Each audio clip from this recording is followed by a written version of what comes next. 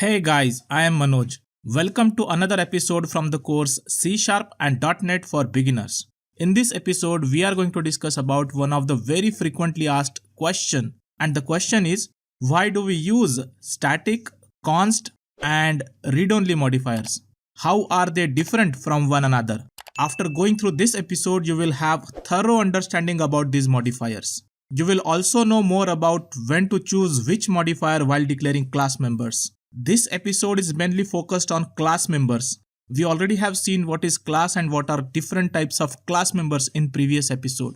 If you have not watched that episode yet, then I would strongly recommend you to take a pause and go through the previous episode to know more about class and class members.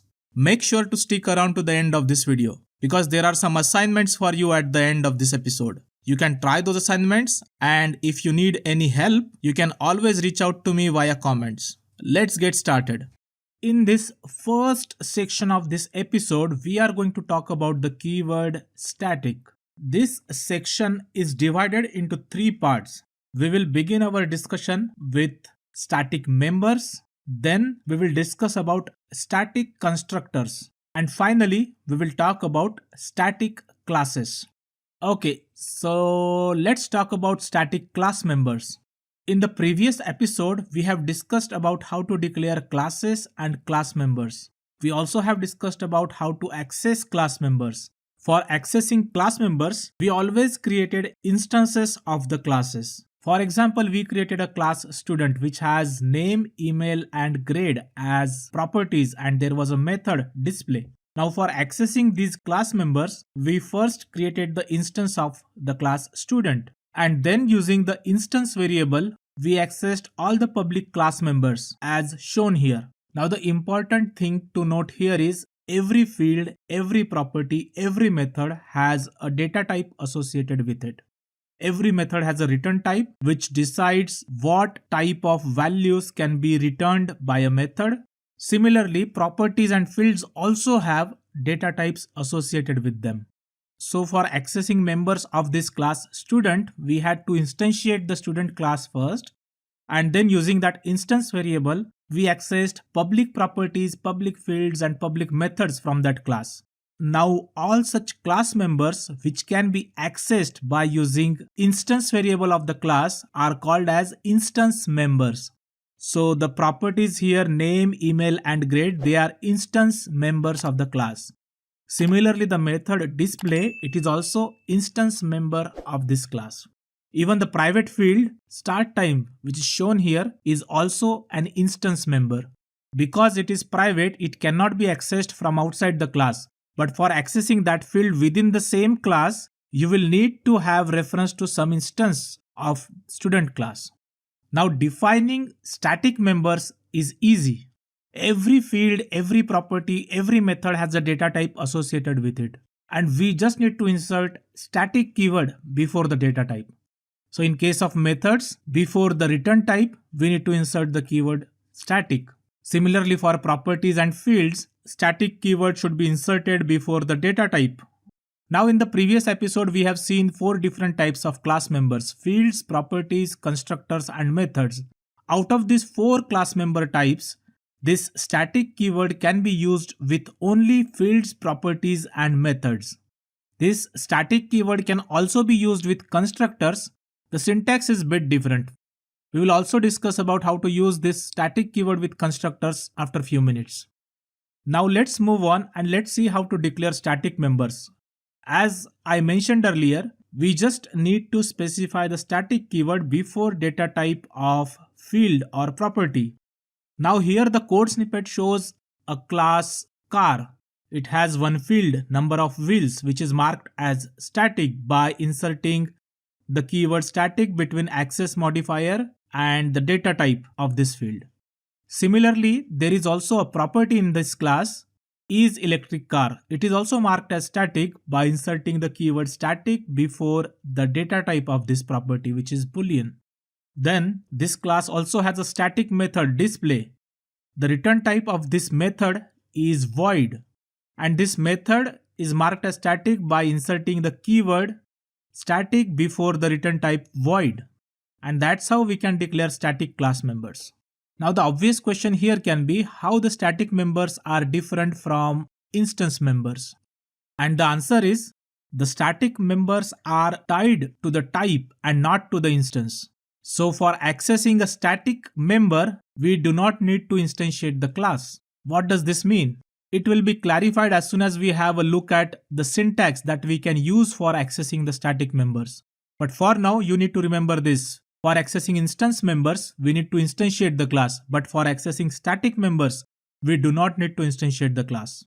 A class can contain instance member as well as static members.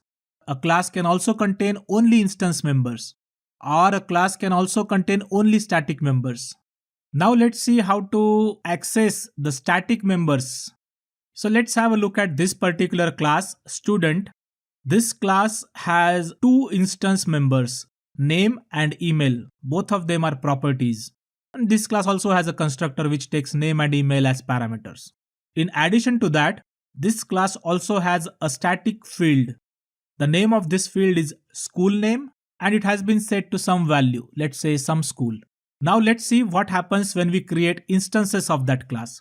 When we create first instance of the class and we pass some name and email address, the runtime first initializes the static data and then it creates the instance for student class. As you can see, the static data is initialized on this slide and first object is also created in the memory. Now this representation is just to make sure that you understand how static data is different from the instance data. Now let's say runtime executes another line of code which creates another instance of the class student. In that case, it will only create a new object in the heap. There is no change in the static data.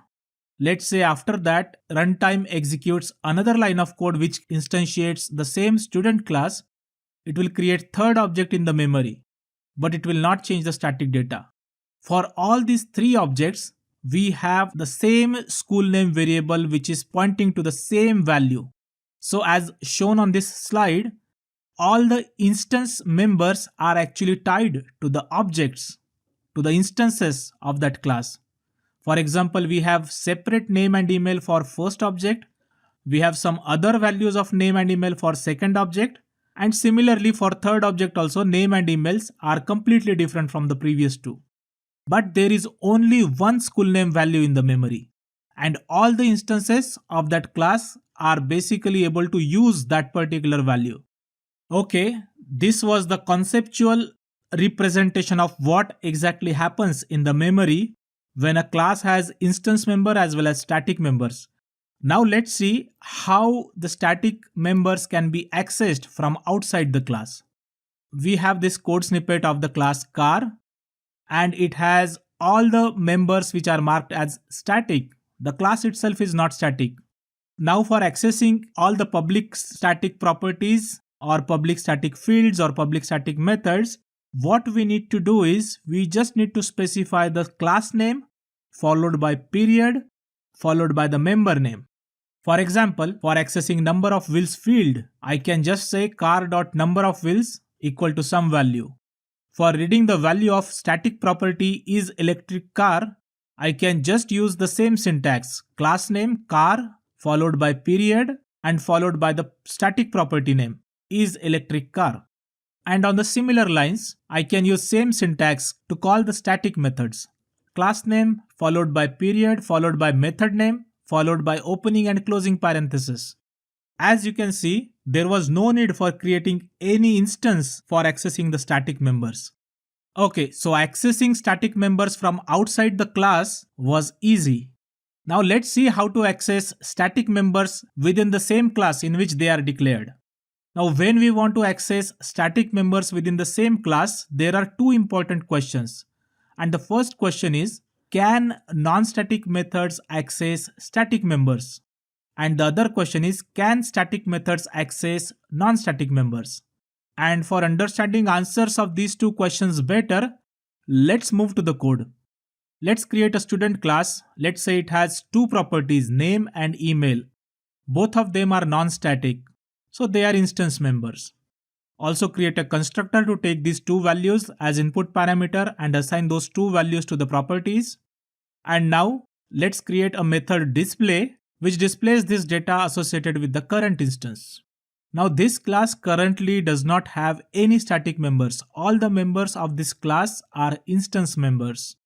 So let's introduce one static member in this class. Let's add a property which is static. So public static string school name. And let's initialize that property to some value. I can just initialize this property by specifying equal to sign after getters and setters accessors, and then within the double quotes I can specify some value. Now this property school name is static and our method is non-static.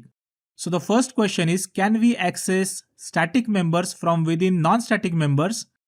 I can try to access the property school name from this non-static method display, and it seems it works. So the answer to first question is, we can always access static members from non-static members. Why is it possible? Because somehow any instance of this class can figure out where the static data for this class is located. And that's why instance members can locate the static data, and that's why it is allowed to access static members from within the non-static member. Okay, now let's move on to the next question. Can we access non-static members from the static members? Now for answering this particular question, let's mark this display method as static by inserting the keyword static before the return type. Now the signature of this method is public static void display, and it doesn't take any parameters. And this method already has some code which accesses static members as well as non-static members. But now I can see that after marking this method as static, there are some red squiggly lines. And when I hover over these red squiggly lines, it says that an object reference is required for accessing non-static fields. What does this mean? Now because this display method is marked as static, it's not part of the instance. So it knows nothing about the instance. And for accessing instance members, we always need to create instance of the class. Now because this method is now static and it does not know anything about any instance of this class, it cannot access name and email which are instance members of this class. Now we can obviously go ahead and create a new instance of class student and then use that instance variable to access name and email, or otherwise we can pass student as a parameter in this display method to access name and email, but without instance, it will not be able to access instance members of this class. So the answer to second question is a bit tricky.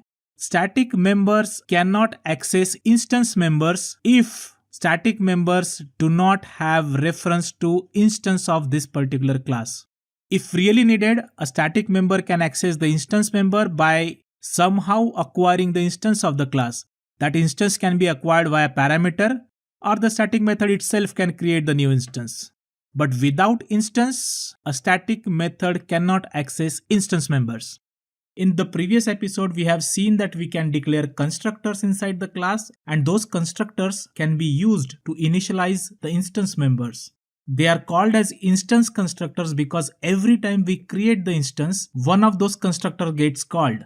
A class basically can contain many instance constructors.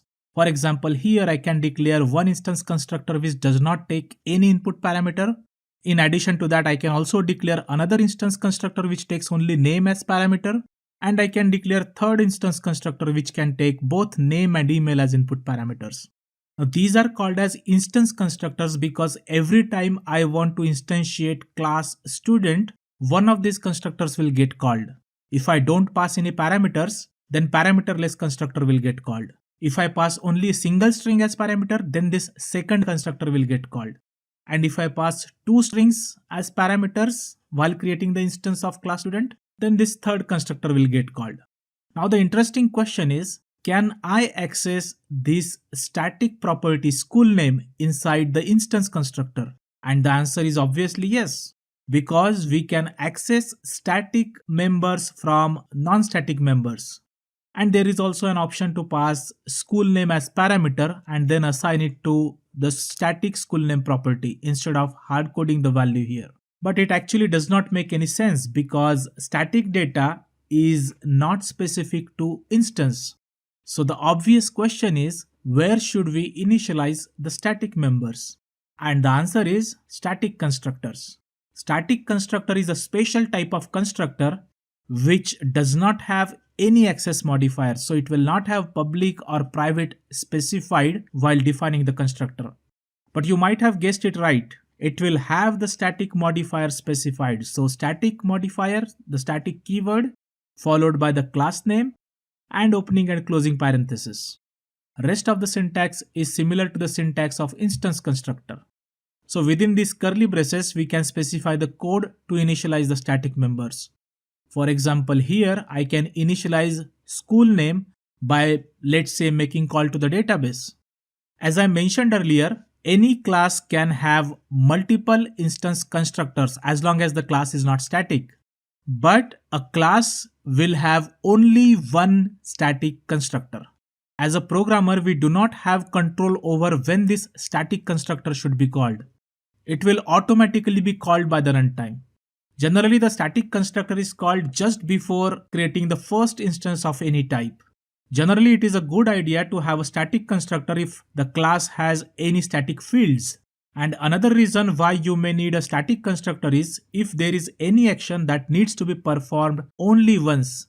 It is because static constructor is called only once.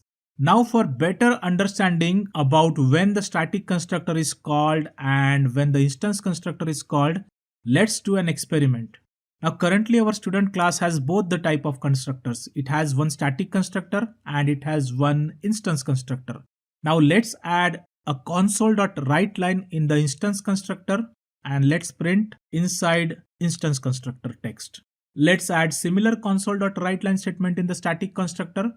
Now in the application, let's try to create instance of the student class and then let's try to call the method display, which is non-static. So we should use instance variable to call the display method. And now if we run the program, we can see that runtime first calls the static constructor and then the instance constructor is called. Let's go back to the source code and let's try to create a couple of more instances of this student class. Let's run the program again. Now we can see that static constructor was called just before the first instance was created. When we tried to create subsequent instances, static constructor was not called again. So as I mentioned earlier, static constructor gets called only once, regardless of how many times instance constructor for a type was called. So that's about static constructor. Now let's discuss about static class. When a class contains only static members, at that time we have option to use static keyword in the class definition. So we can just use keyword static before keyword class to convey that this particular class is static. Now if a class is marked as static, it is mandatory to mark all of its members as static. You don't have any other option. But if all the members of a class are static, then it is not mandatory to mark the class as static. For example, let's say here in this class car, it has a field, a property and a display method. All of them are static, but the class itself is not marked as static. Now let's move to the student class. It has school name, which is marked as static. What will happen if I mark this class as static? So let's change this definition to public static class student and we can see the errors. Now if I hover over one of the squiggly line, static classes cannot declare instance members. So when a class is marked as static, it is mandatory that all its members should be also marked as static. A static class cannot contain non-static members. I think I have covered most of the important concepts related to keyword static. We have discussed about static members, we have discussed about static constructors, and we also have discussed about static classes. Now before we move any further, let's discuss about one more thing. C# also supports this keyword. The this keyword can be used in various different contexts. When this keyword is used inside a class, it is referring to the current instance of the class. Say if we invoke display method on the student object and inside the display method, if we use this keyword, it will basically point to the instance variable that was used to invoke display method. This keyword can be explicitly used to qualify the instance member. So instead of just using name and email here in the display method, I can say this.name and this.email. We cannot use this keyword inside static methods. As we have discussed earlier, static member functions are tied to the type and they are not part of the object. And hence, static member functions cannot have a this pointer. If we refer this keyword inside a static method, then it will result in a compile time error. So that's all about the static keyword, and now it is time to move to the next section. Now in this section, let's talk about constants. As the name suggests, it is basically a value that does not change. Some of the examples of constants are velocity of light, which is used in scientific calculations. It is always supposed to be constant regardless where it is getting used. Similarly, in geometrical calculations, we must have used pi, and the value of pi is also constant regardless of which kind of operation you are performing. Likewise, application may also need some constants. Basically, constants are immutable values which are known at compile time and they do not change for the lifetime of the program. Even if we are not writing code for scientific calculations, the logic may still contain some constants. We can declare only fields as constants. C# does not support const keyword usage with methods or properties. Can you guess why? The reason is simple. They compute the value at runtime. Another important point to note is, when we declare the constant, we can use only built-in data types for declaring constants. We cannot use system.object, although it is a built-in data type. Also, we cannot use any user-defined or custom types while declaring constants. We cannot use arrays as data types in the constants. Now let's understand how to declare the constants. Just before the data type of field, we need to insert the keyword const. One important thing to note is the value of constants should be known at compile time. So, wherever we declare a constant, we need to assign the value to that constant on that line itself. Constants must be initialized as they are declared. We cannot just declare a constant without assigning any value to it. Another important point to note is we can declare classes which contains only constants, and we can refer those classes in other parts of the code. This is very common pattern which is followed in bigger applications. Please note that it is not mandatory to have a separate class for defining constants. Now let's understand how to access constants. Although we don't use the keyword static, constants are implicitly static. Like static, constants are also not part of object. They are basically associated with the type. And that's why accessing constants is similar to accessing static fields. We need to use class name followed by period followed by the constant name. And as you can see, we do not need any instance to access the constant members from the class. You can declare constants inside a library and you can refer that library at multiple places. And for using constant, you can use syntax constant class name followed by period followed by constant name. But this syntax is replaced by actual value of the constant at the compile time. So if your constant is being used by some code in another assembly, that assembly will not know anything about the class in which this constant is declared.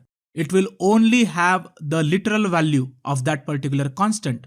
So in future, if the value of this constant is changed, it is important to build all the assemblies which refer to that constant value. If we just compile this assembly which defines the constant, then the other assemblies which are referring to this constant may still use the old value, and that may result in runtime errors. Let's go to Visual Studio and let's see how constants can be used. I have created this console application and here I can create a new class here. Let's say circle utility. And this class is supposed to contain two methods. Calculate area, which calculates area of the circle. It will take a radius as input.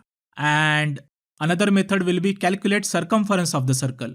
It will also take radius as the input. Because this class does not need to hold any state, I can just mark this class as static. Because now the class is static, I will also need to mark these two methods as static. Now for calculating area and circumference, we need to use mathematical constant pi. We have option to use math.py, which is a constant provided by a class system.math. But because we are trying to understand how constants can be declared, I will not use it.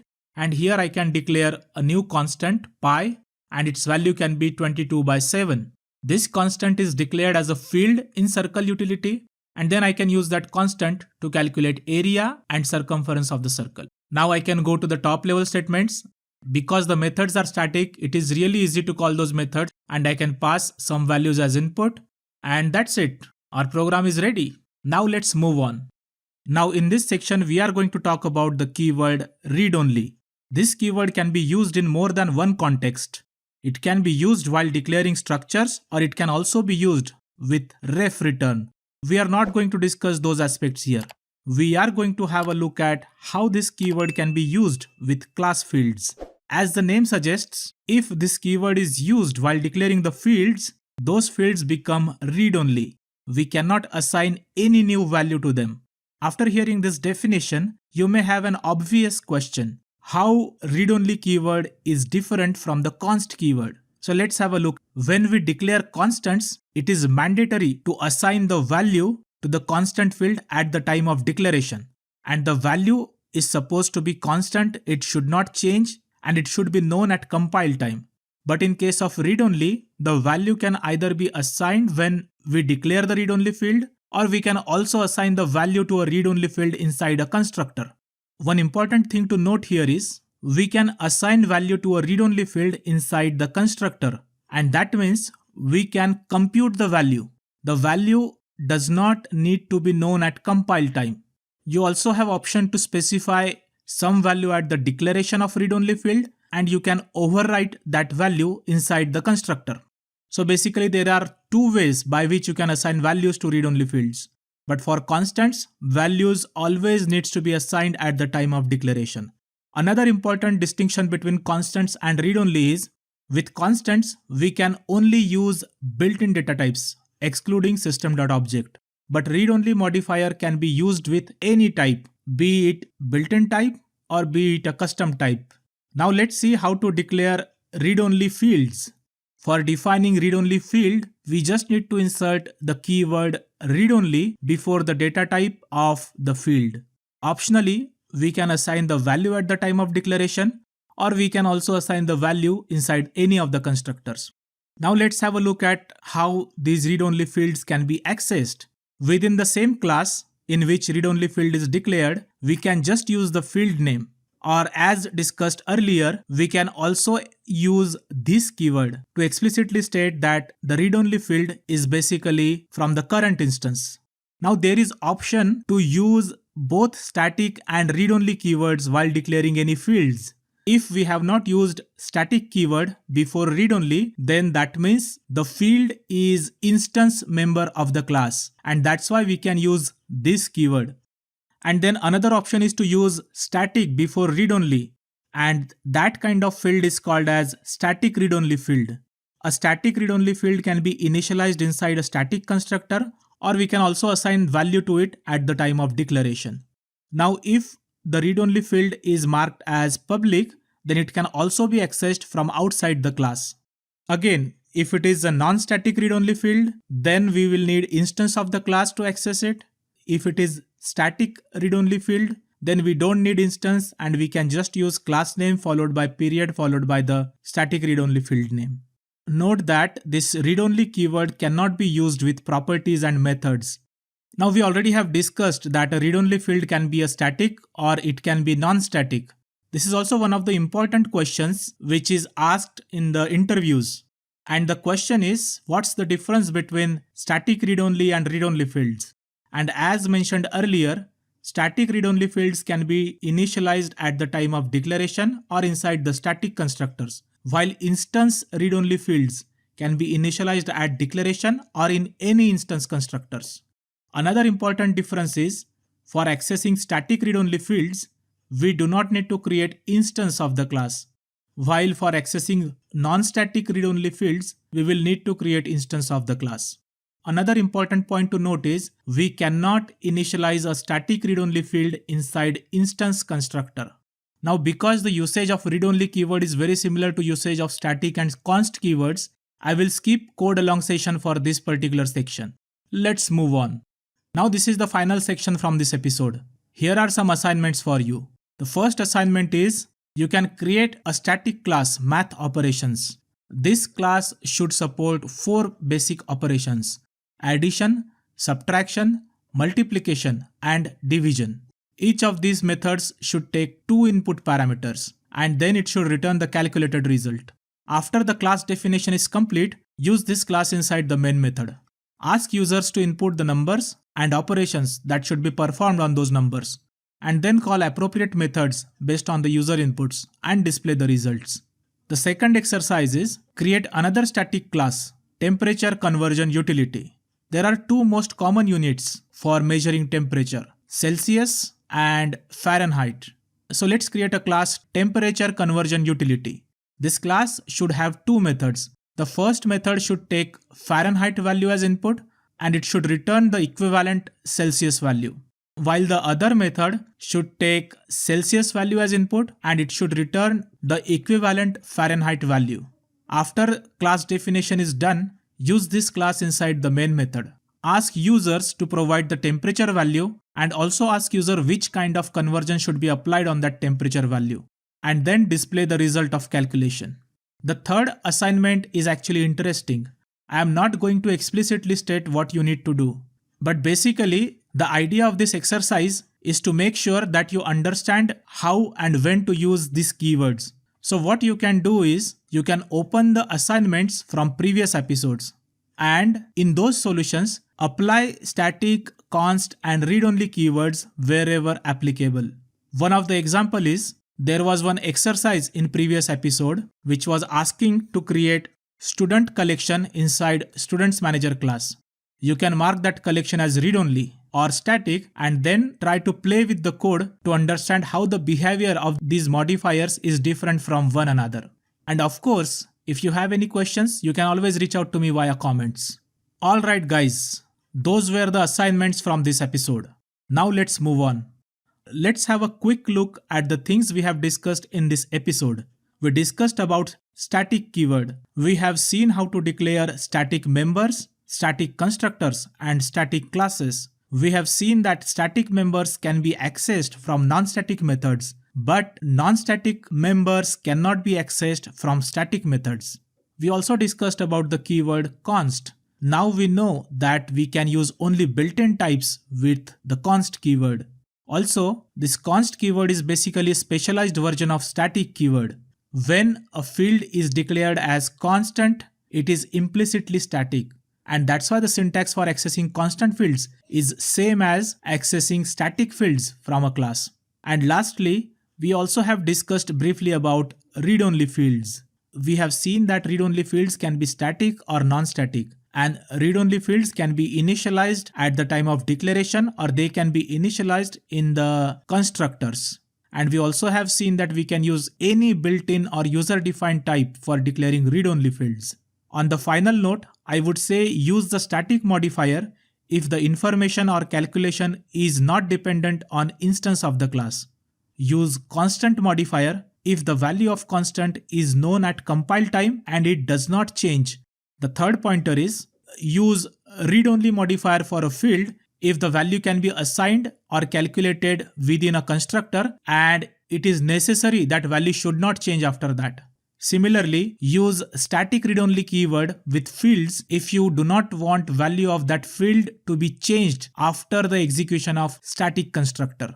I hope this episode helps you to understand the difference between these keywords. If it doesn't, let me know the questions you have and we can try to discuss those questions in one of the coming episodes. Alright guys, that's it for this episode. Thanks for watching. If you are finding this content helpful, let me know. And most importantly, let YouTube know by liking the content and by sharing the content and by subscribing to the channel. If you have any feedback or any suggestions, please let me know via comments. Alright, see you in the next episode. Namaste.